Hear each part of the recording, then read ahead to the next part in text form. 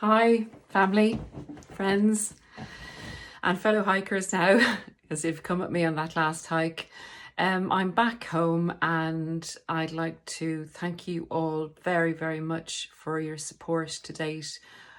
Subscribers who've been there from the beginning, I so appreciate you in this family and what you're doing for each other as well. There's a lot more comments in the comment section helping each other out. And new subscribers, I hope you enjoy the journey here with us, and thank you for your time and joining us. So today I'd like to talk about the discard from a different perspective. I think that normally when people are discarded by a narcissist, we're left with a huge amount of self-doubt. Besides the pain and the destruction that it causes, we tend to, or this is what I hear in the comments, and I would have gone through a little bit of this myself, we tend to introspect and to see, is there anything that we could have done better, or were we to blame as the narcissist said we were? So we look inwardly, and often in the comments you'll see people in excruciating pain in relation to the narcissist going on to someone new very quickly. And, you know, lots of questions about the new supply and what did they have that you didn't have, and are they so much better? And the thing is, to be discarded by someone that you loved and love is hugely, as I said in a different video, it's hugely abusive. It's like, you know, it's like being on a boat in the jungle with your partner, with the ex-narcissist husband, wife, girlfriend, boyfriend, and standing beside them and them pushing you into the river that's full of crocodiles, and you either sink or swim. You either find a plank of wood to get up on and save yourself, or you die. And this happened to you as you were standing beside the person you trusted most in the world. So it's a huge betrayal. And as we said before, it can leave us in a terrible state. And then, you know, to compound that, the narcissists often go off to a new person, and they often will stand on the boat and watch you as you clamour for your life and laugh at it and take pleasure out of it and enjoy it. And not only that, but they'll smear your name to others and say more or less that you deserved it. So besides being, as you can see, a totally crazy criminal act, it's very, very messed up. It's the act of someone who's actually a mental patient, because no one does that. It's not normal. It's highly abusive. But what I'd like to get to from saying this is, we need to reframe this, because it's not reality when we start to doubt ourselves and go into this very painful state. While understandable, we need to reframe what's actually happened, because the reality of what's happened is the narcissist got with us for supply. We know that. We're very aware of that in this community. They have a pathological jealousy of everyone, what things that people have and qualities you have, residual benefits that you may have. You may have a great job, car, house, whatever you have. They're jealous of it and they want it. So when they come to you, they're envious of you, but they want what you have. So they want to join you and try and take what you have. But when they get with you and that jealousy takes over, they use a huge amount of manipulation to put you down. So they get you to trust them first. They give you that fantastic time, and then they take it away a little bit at a time. by pushing your boundaries, by manipulating you, by gaslighting you, by triangulating you. So always pushing back on your boundaries so that you will less and less and less challenge them and be less and less yourself, because they'll use all these different tactics and techniques to, you know, isolate you, to have you more dependent on them for validation, to have you wanting everything to be okay, wanting everything to be like it was in the beginning, and acquiescing to what they want in the relationship and their needs and their demands fulfilled, because you're a very strong, loving, understanding, introspective and forgiving person. So you see this person who comes to you, usually as a victim, you believe that over time this can be healed and you can help. And with the future faking, you believe that you only have to go another little bit and things will all be as they should be and come right and come peaceful, and your troubles will be over and you both will have a fantastic relationship because you'll have helped the person and you'll have worked through things together. But in the process of your hope and your love, the narcissist is pushing against your boundaries, making you doubt yourself, isolating you, and making you feel less confident and less sure of who you are, and looking to them more for your needs. And then what happens is people come to this at a different stage, where they begin to cop on that all is not right, that each time they acquiesce to the narcissist's demands and become less and less themselves and feel not enough and not good enough, it doesn't get better. It's beginning to get worse. And there's less and less of the love bombing and less of the good times there. And you begin to realize either someone outside the relationship may help you if you go and talk to them, or you are lucky enough to find this amazing YouTube overall community and all the different channels on narcissism.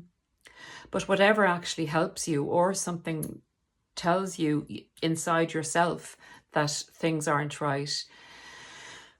So you then begin to push back a little bit and reestablish some boundaries and find yourself, a little bit of yourself again.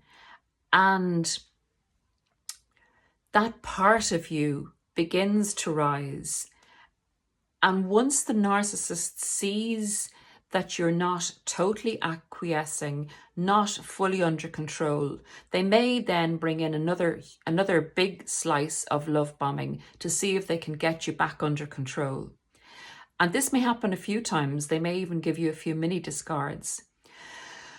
But if you are solid in your belief that what you're seeing over and over again isn't right, and that your needs are not being met at all, in fact, you're in distress most of the time now, and you can see a pattern and you decide, right, I need this need met. I need them to agree to this because this is very crucial to me. This is a principle. This is something now that I'm not prepared to go on like this with.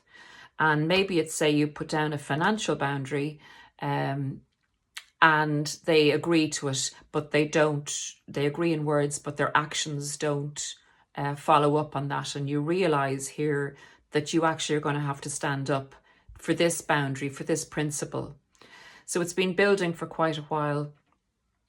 What the narcissist will then do is make a decision as to how to get you back under control. And if they've done all the love bombing and done many discards and they decide it's too much hassle for them, they're going to discard you. They don't like to expend too much energy. They feel they shouldn't have to. They feel above, they feel omnipotent, grandiose, and all the time they've been jealous of you. So they're quite happy to see you suffer and to walk away from the situation.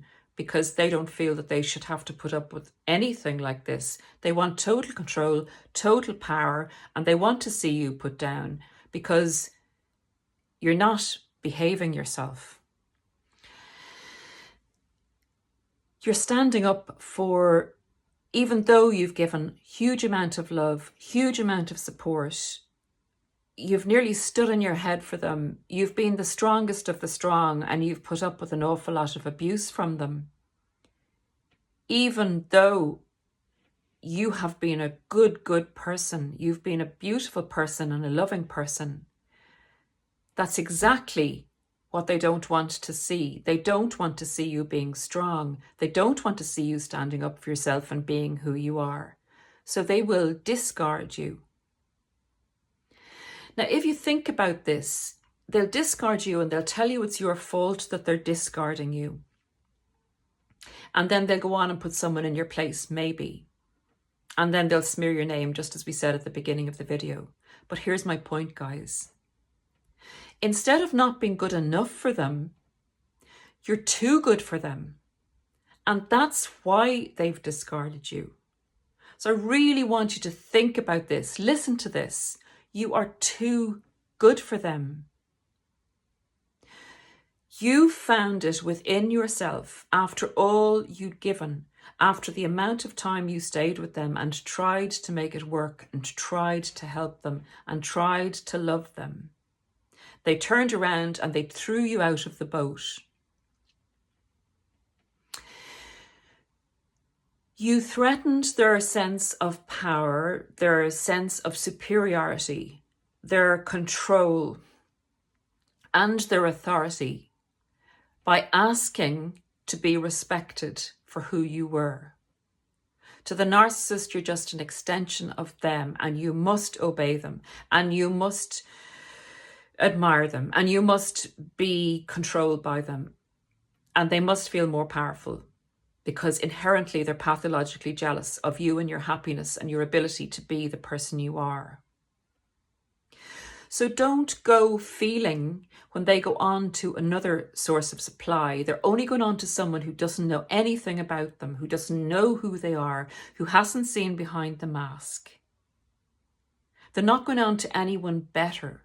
They're just going on to a supply that can't see who they are yet. And that person's going to have to go through probably worse than you went through if they discarded you and they didn't get everything they wanted from you because you stood up to them. Now, you may be in bits now. You may be in a terrible state. It may have taken you a long time to recover. You may be years after or away from them, and it still hurts to a certain extent if you haven't fully healed. But please leave this video with this message. They left you because you were too good for them. They also left you with an idea that at some stage, if they left you alone long enough and went on to a new supply and maybe didn't talk to you, gave you the silent treatment, these are 3 hugely abusive moves to bring someone under control. And I've covered this in the hoovering video. This was a big slap down for you, to tell you to behave yourself, to not think so much about yourself. I remember the narcissist actually saying to me when I had some communication with him during an attempt at Hoover, and he said, "You still think so highly of yourself." And of course, at that stage, I didn't, because I was in bits. But something inside you, something strong inside you that makes you the person you are, that makes you the spiritual, strong, loving, respectful, dynamic human being that the narcissist couldn't take down. They will want to come back and hoover you to see if you've learned your lesson. And if you haven't learned the narcissist lesson and don't accept them back, that's a huge narcissistic injury, and they have to look at the fact that you're too good for them. So guys, that is the reality. You are more than enough, but the narcissist has tried to make you think that you're not, They've tried to make you think that you're not good enough, that it's all your fault, and that there's someone else out there that's far better than you that's going to make the narcissist happy. Nobody is going to make the narcissist happy. The narcissist can't make themselves happy. So I'm going to do in the next video the eternal cycle that the narcissist goes in and why they do it. But guys, please, I'd like to leave you with the thought of how amazing you actually are, and that the narcissist didn't take you down, and that you're too good for the narcissist. So guys, with that, I'll bid you adieu. Subscribe if you like this content and want to hear more, and join our community of amazing people here. And hit the like button or the dislike button. I have someone who's continually disliking, and I just like to say to them, it's great to have you continually watching the videos because you must be getting something out of them. Thanks guys, I'm going to see you shortly and have a great day. Bye.